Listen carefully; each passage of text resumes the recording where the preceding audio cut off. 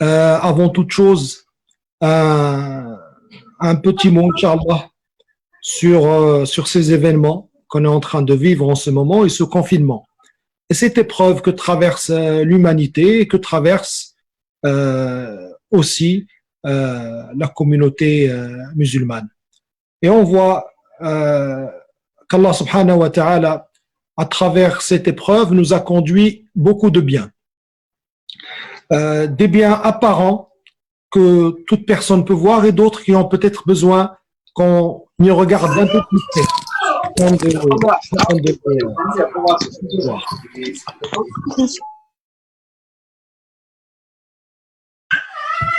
Parmi ces bienfaits-là, le fait que, Inch'Allah, on va tous revoir notre note.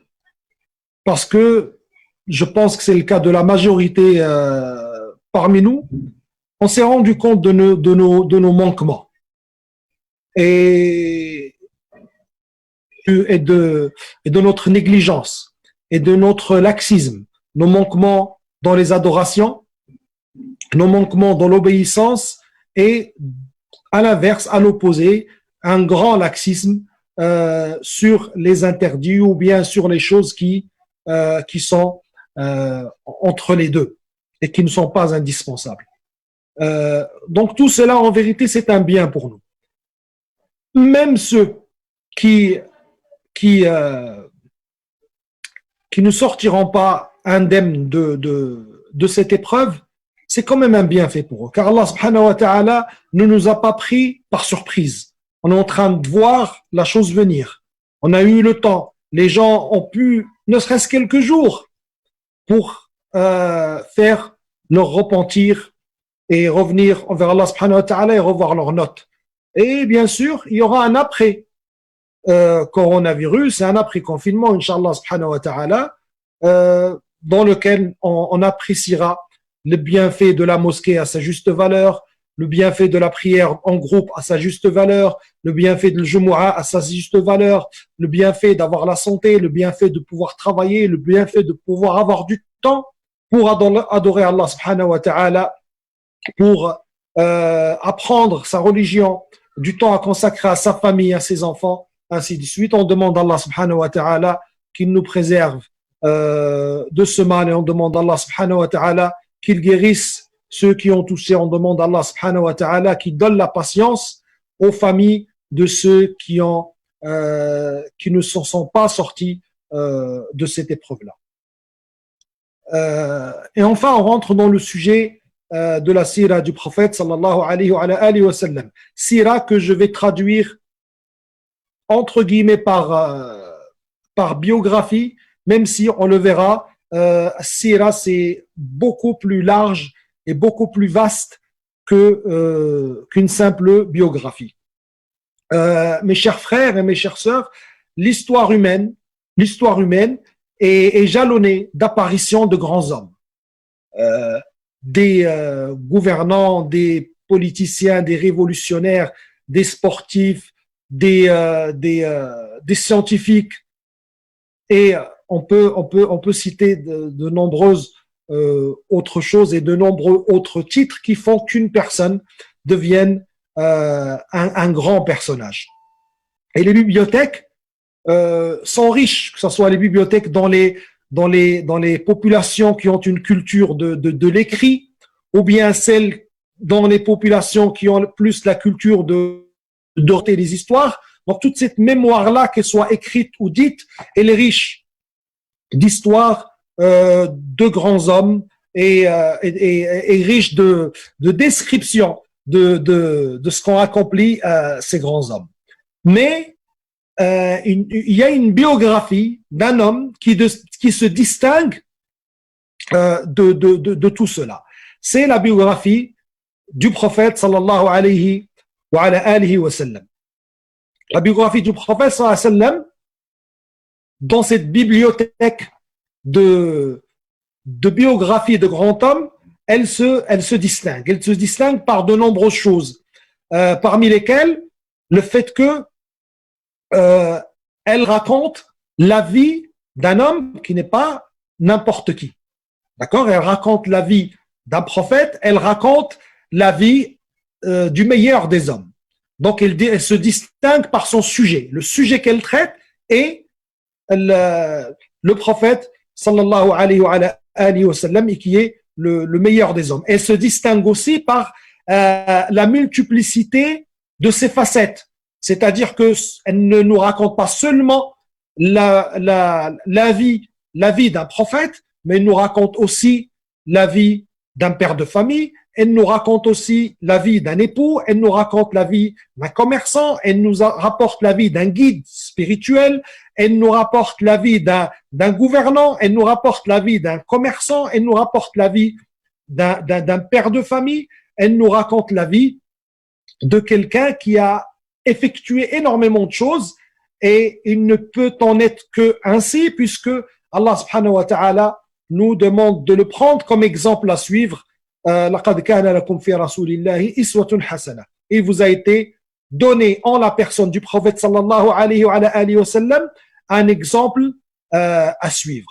Donc toute personne peut prendre de cette biographie et prendre et aura à apprendre et à apprendre de cette biographie, quel que soit son statut et quel que soit son métier. Aussi, elle se distingue par l'intérêt qu'elle suscite. L'intérêt qu'elle suscite, tout le monde parle du prophète sallallahu alayhi wa sallam, que ce soit les musulmans ou bien les non-musulmans, que ce soit entre guillemets les pour ou que ce soit les contre. Tout le monde parle du prophète sallallahu alayhi wa sallam. Personne n'est insensible à cette personnalité du prophète sallallahu alayhi wa sallam. Elle se distingue aussi par l'engouement qu'elle suscite. L'engouement qu'elle suscite, cet engouement qui a traversé l'histoire, qui a traversé les époques, qui a transcendé les catégories sociales et toutes les sortes de catégories. Tout le monde aime entendre parler du prophète sallallahu alayhi wa sallam. Les savants n'en ont jamais assez de l'étudier, cette sira du prophète sallallahu alayhi wa sallam, et d'en parler. Le commun des gens n'en a jamais assez de l'entendre et aime l'entendre. Les enfants aiment l'entendre, les riches aiment l'entendre, les pauvres aiment l'entendre, les gens qui ont un certain niveau intellectuel aiment l'entendre et aussi les gens simples, entre guillemets, aiment aussi l'entendre. Elle se distingue également par le nombre d'écrits à son sujet. Et aucune personne au monde et à travers l'histoire n'a été sujet d'un aussi grand nombre d'écritures. Encore une fois, les musulmans et les non-musulmans, les pour et les contre, les savants de l'islam, ceux qui ont choisi de résumer, ceux qui ont choisi de raconter jusqu'à l'extrême détail et avec des chaînes de transmission, ceux qui sont venus, qui ont commenté tous ces travaux-là, ceux qui l'ont mis en poésie, ceux qui ont choisi de ne s'attaquer qu'une facette, comme les gens qui ont créé dans Shama'il, c'est-à-dire la description physique et comportementale du prophète sallallahu alayhi wa sallam, sans parler du reste des épisodes et ainsi de suite. Donc cette sira se distingue aussi par ce point-là, et se distingue aussi par son authenticité, puisqu'elle, contrairement aux biographies de telle ou telle autre personne, elle repose sur des règles strictes de transmission, des règles rigoureuses de transmission de l'information. On verra les spécificités de ces règles-là. Et aussi, elle se distingue par le fait qu'elle est une preuve de la véracité de celui dont elle traite la vie. C'est-à-dire que si demain on lit la biographie de je ne sais pas moi, de Gandhi ou de quelqu'un d'autre, on peut toujours discuter, on peut toujours remettre en question, on peut toujours remettre en cause, et on peut même jeter le discrédit sur la personne ou sur l'écrit. Ça dépend d'où est-ce qu'on se place. Alors que la biographie du prophète sallallahu alayhi wa sallam, comme dit l'imam Ibn Hazm, il dit, et si le prophète sallallahu alayhi wa sallam n'avait accompli aucun miracle, si Allah subhanahu wa ta'ala n'avait accompli pour le prophète sallallahu alayhi wa sallam aucun miracle, et qu'on avait devant nous comme, entre guillemets, comme preuve de sa prophétie, que et de cette biographie, Imam Ibn Hazm dit, elle aurait suffi pour prouver que celui dont traite cette biographie-là ne peut pas être un homme comme les autres, mais il est un prophète, sallallahu alayhi wa sallam. Avant d'entrer dans l'étude de la sira du prophète, sallallahu alayhi wa sallam, comme avant d'étudier n'importe quelle autre science, puisque la sira c'est une science, il va falloir qu'on ait un avant-propos. Un avant-propos qui est, on va prendre les outils. On va prendre quelques outils nécessaires pour la bonne étude de la sira du prophète sallallahu alayhi wa sallam. Parce qu'on peut étudier, mais d'une mauvaise manière. On peut étudier une chose, mais on l'étudie d'une mauvaise manière. Et, et au lieu d'en prendre ce qu'on est censé en prendre, on peut en sortir avec le résultat strictement inverse. Pourquoi? Parce qu'on n'a pas pris les pas qu'ont dessiné les savants, les choses qu'on doit savoir avant de commencer à étudier une science X ou Y. Et aujourd'hui, donc, il s'agit de la sira du prophète, sallallahu alayhi wa sallam. La sira en langue arabe, veut dire at-tariqa. At-tariqa, la façon de faire. D'accord? La façon d'être de quelqu'un, la façon de faire. Et le mot en lui-même ne veut pas dire bon ou mauvais. La façon de faire, elle peut être bonne, comme elle peut être mauvaise. Dans Surah Taha, Allah subhanahu wa ta'ala, il dit à Moussa alayhi salam, sanu'iduha sirataha l'ula, en parlant du bâton de Moussa, asa Moussa, sanu'iduha sirataha l'ula. Qala khudha wa la takhaf, sanu'iduha sirataha l'ula. Prends-la et n'aie pas peur, nous allons la rendre sous sa forme telle que tu l'as connue, sous sa façon, comment elle était lorsque tu l'avais dans les mains. Dans la définition autre que linguistique, ce qu'on appelle l'istilah dans la science ou dans le jargon des gens qui s'occupent des siyar, on dit que c'est la science traitant de la personne du prophète sallallahu alayhi wa sallam.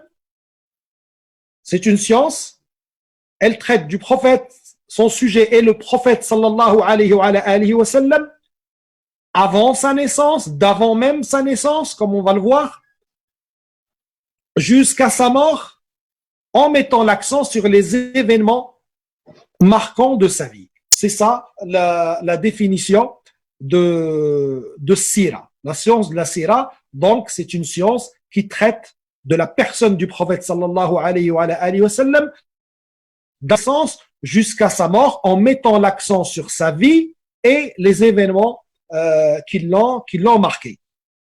Et qui dit science, dit règle, dit spécialiste, dit un ensemble, un corpus qui fait que ce n'est pas, on ne parle pas de la sira comme on veut. Et on ne va pas étudier la sira comme on veut. Et on ne prend pas un livre de sira et on commence à en tirer ce qu'on veut. Mais on doit suivre des règles bien définies. Les spécialistes de la sira sont bien évidemment les sahaba, radiallahu anhum, qui se sont transmis la sira les uns les autres, puisque certains ont connu l'islam depuis son début, d'autres ne l'ont connu que plus tard, que ce soit les deux grandes étapes connues qu'on dit mécoises et médinoises, mais aussi d'autres stations. Al-Muhim, ils se transmettaient les uns les autres, ils apprenaient à leurs enfants. Ali ibn al-Hussein, qui est donc l'arrière-petit-fils du prophète sallallahu alayhi wa sallam, dit, on nous apprenait les épisodes de la sira du prophète sallallahu alayhi wa sallam, tout comme on nous apprenait, tout comme on nous enseignait les versets du Coran.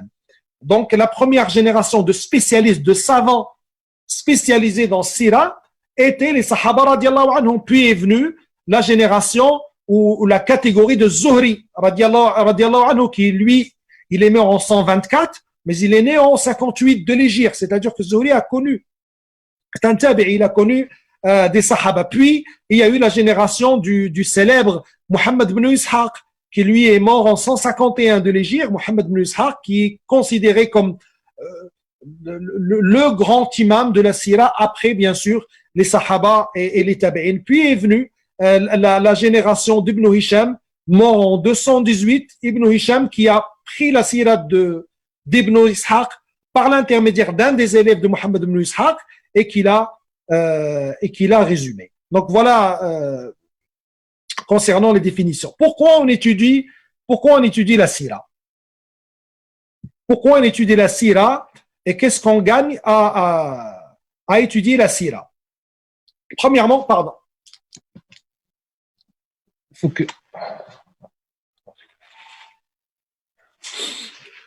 Premièrement, étudier la sira est indispensable, puisqu'Allah subhanahu wa ta'ala nous dit de prendre Nabi sallallahu alayhi wa sallam comme exemple à suivre. D'accord? Et on ne peut pas suivre un exemple qu'on ne connaît pas. On ne peut pas prendre en exemple une personne dont on ne connaît pas la vie, dont on ne connaît pas les détails de la vie. Aussi, étudier la sira est une sunna que se sont transmis les générations de musulmans, comme on vient de dire. Et donc, nous aussi, l'intérêt qu'on peut avoir, parmi les intérêts qu'on peut avoir à étudier la sira, c'est justement faire perdurer cette sunna-là, l'apprendre nous-mêmes et l'enseigner à nos enfants. Aussi, la sira du prophète sallallahu alayhi wa sallam, c'est la mise en pratique de l'islam. C'est comme ça qu'il faut la voir. C'est l'islam mis en pratique. D'accord? La sira du prophète sallallahu alayhi wa sallam, c'est l'islam mis en pratique. On va comprendre beaucoup de choses à travers la sira du prophète sallallahu alayhi wa sallam. On connaît la chronologie des obligations religieuses. En telle année, telle chose est devenue obligatoire. En telle année, telle autre chose est devenue obligatoire. On sait que tel verset, il a eu comme cause telle histoire entre tel compagnon et son épouse, ou bien tel compagnon et son voisin, ainsi de suite. Beaucoup de choses dans le fiqh et aussi dans la aqidah, bien évidemment, on les comprendra quand on va étudier la sira du prophète sallallahu alayhi wa alihi wa sallam. Aussi, étudier la sira est une source d'augmentation de la foi. C'est une source d'augmentation de la foi. Plus on écoute la sira, subhanallah, et plus notre foi, elle augmente. Puis, notre foi, elle augmente parce qu'on voit la miséricorde d'Allah, subhanahu wa ta'ala. On voit comment Allah, subhanahu wa ta'ala, a rendu victorieux ce groupe de gens qui se comptaient au début sur les doigts d'une main jusqu'à faire la nation la plus forte. On voit à travers beaucoup d'épisodes la bonté du prophète sallam, la bonté des sahaba radiallahu anhum, le succès qu'Allah subhanahu wa ta'ala leur a donné. Tout cela appelle et cause une augmentation de la foi. Aussi, étudier la sira nous aide à accomplir une obligation ou bien un pilier parmi les piliers de notre croyance qui est d'aimer le Nabi sallallahu alayhi wa sallam. D'accord? Parmi notre croyance, on doit croire au prophète. Et dans ce chapitre de croire au prophète avec S, c'est-à-dire tous les prophètes, on doit croire au prophète sallallahu alayhi wa sallam qui est le dernier des prophètes. Et la croyance du prophète sallallahu alayhi wa sallam ne s'arrête pas au fait de croire qu'il est prophète et de croire, non, mais elle inclut également le fait de l'aimer plus qu'on s'aime nous-mêmes et plus qu'on aime les nôtres parmi les membres de notre famille et nos amis ou notre entourage. Et donc, l'étude de la sira du prophète sallallahu alayhi wa sallam va augmenter en nous cet amour du prophète sallallahu alayhi wa sallam. Qu'est-ce qu'on va tirer comme autre fruit de l'étude de la sira du prophète sallallahu alayhi wa sallam? C'est qu'on va connaître les détails de la vie du prophète sallallahu alayhi wa sallam. On va les connaître dans ce qu'il y a de plus intime. On va connaître ce qu'il y a eu de plus douloureux pour le prophète sallallahu alayhi wa sallam. On va vivre entre guillemets avec le prophète sallallahu alayhi wa sallam depuis sa naissance, son enfance en tant qu'orphelin, et puis plus tard en tant qu'un jeune homme aimé et respecté de tout le monde, puis le grand poids que fut la révélation et tout ce qui s'en suivra. Tout cela, on va le vivre avec le prophète sallallahu alayhi wa sallam à travers la sira. On va augmenter notre certitude en Allah subhanahu wa ta'ala, notre tawakkul, on en a besoin. en ce moment. En ce moment-là même, on a besoin de tawakkul ala Allah subhanahu wa ta'ala. On a besoin de certitude, on a besoin de croyances fermes et correctes dans le destin et que ce qu'Allah subhanahu wa ta'ala a décrété sera et que ce qu'Allah subhanahu wa ta'ala n'a pas décrété ne sera pas et que tout ce qu'on voit autour de nous n'est que des choses créées par Allah subhanahu, ne sont que des choses créées par Allah subhanahu wa ta'ala. Aussi, à travers la sira, on réalise la grandeur du prophète sallallahu alayhi wa sallam à travers ce qu'il a accompli. Et parmi les plus grandes choses qu'il a accomplies, c'est cette génération, cette éducation qu'il a donnée à cette génération d'hommes qui sont les sahaba radiyallahu anhum, qui sont des grands hommes et qui le prouvent dans cette sira-là à travers leur sacrifice, leur don et leur soutien inconditionnel au prophète sallallahu alayhi wa sallam. Et même après lui, sallallahu alayhi wa sallam, après sa mort, ils ont continué à donner pour cette religion sans jamais faillir. Aussi, parmi les choses, les règles qu'on va devoir surveiller, le fait que là, on a parlé de ce qu'on doit faire. Là, on va parler de choses qu'on ne doit pas faire. Ce qu'on ne doit pas faire, on ne doit pas écouter la sira comme un CV. On ne racontera pas le CV d'une personne. On ne racontera pas les prouesses d'un héros. On ne racontera pas les décisions d'un commandant. Non. Il ne faut jamais qu'on perde d'esprit qu'on est en train de parler d'un prophète dirigé par la révélation, qui ne fait que ce qu'Allah subhanahu wa ta'ala lui ordonne de faire et qui ne dit dans la religion d'Allah ta'ala qu'avec l'aval d'Allah subhanahu wa ta'ala. Tout cela, on doit l'avoir présent à l'esprit quand on discute de la sira du prophète sallallahu alayhi wa sallam. Aussi, on va devoir faire attention à certaines choses. La problématique de l'opposition supposée entre la raison et les textes.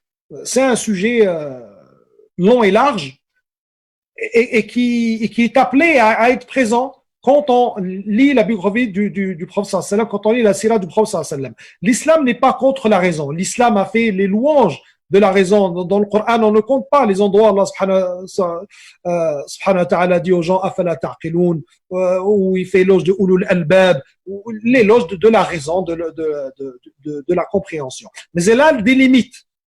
D'accord? Ce n'est pas la raison qui donne des limites au texte. D'accord? Mais ce sont les textes qui vont donner une limite à la raison. D'accord?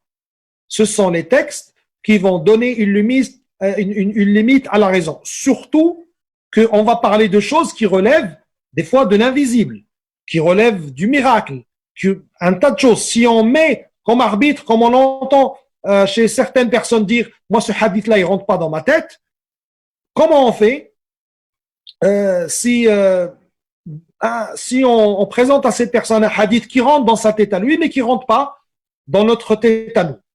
D'accord? C'est quoi le barème?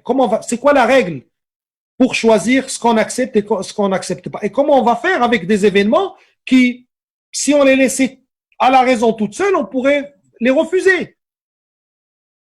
Mais non seulement la sira de Nabi sallallahu alayhi wa sallam, par la transmission et les règles qu'on a dit de transmission qu'elle a eu, les attestent, mais des fois le Coran les atteste. Beaucoup d'épisodes de sira nabawiyya sont attestés dans le Coran. Le voyage nocturne. D'accord? L'Isra aussi. D'accord? Cet épisode de l'Isra ou le Mi'raj, qu'Allah subhanahu wa ta'ala, dont Allah subhanahu wa ta'ala parle dans le Coran, subhanalladhi asra bi'abdihi laylan min al-masjid al-haram ila al-masjid al-aqsa alladhi barakna hawlahu linuriyahu min ayatina. Et donc on ne peut pas venir mettre la raison au devant. Elle a sa place, mais on ne doit pas lui en donner plus que ça parce que ça va nous pousser à réfuter et à repousser des choses que non seulement les textes prouvent, mais que l'ensemble des savants de l'islam valident et agréent. Aussi, dans le même registre, très attention à notre position vis-à-vis des Sahaba radiallahu anhum. Parce que quand on raconte la Sira, des fois, on va parler de certains Sahaba dans une époque où ils n'étaient pas encore musulmans. D'accord? Donc, on fait attention à nos sentiments envers eux et à la manière dont on parle d'eux. Aussi, on verra des Sahaba qui ont des fois commis certains péchés. Les Sahaba ne sont pas des gens intacts de péché. Personne n'a jamais prétendu cela en islam, mais ce sont les meilleurs des croyants. Et leur hasanat dépasse de loin leur manquement. Et comme dit l'expression souvent utilisée chez les savants, ce qu'on peut avoir ici ou là comme texte racontant une mauvaise posture ne serait qu'une goutte dans le grand océan de bien qu'ont rapporté les Sahaba radiallahu anhum. Aujourd'hui, Inch'Allah, on va se suffire de cela. C'était donc une petite introduction pour montrer c'est quoi la biographie de Nabi sallallahu alayhi wa sallam, pourquoi on étudie la biographie du prophète sallallahu alayhi wa sallam, quels sont les fruits de l'étude de la biographie du prophète sallallahu alayhi wa sallam, ainsi que quelques règles qu'on devrait méditer. Ces introductions-là sont très importantes. Ceux qui peuvent réécouter, qui réécoutent, ceux qui ont eu le temps de prendre des notes, réviser vos notes. Ceux qui n'ont pas eu le temps, ils peuvent revoir et prendre des notes, parce que tout ça, ce sont des outils. Ce sont des outils dont on aura besoin pour la suite. أقول قولي هذا وأستغفر الله لي ولكم فاستغفروه إنه هو الغفور الرحيم والسلام عليكم ورحمة الله.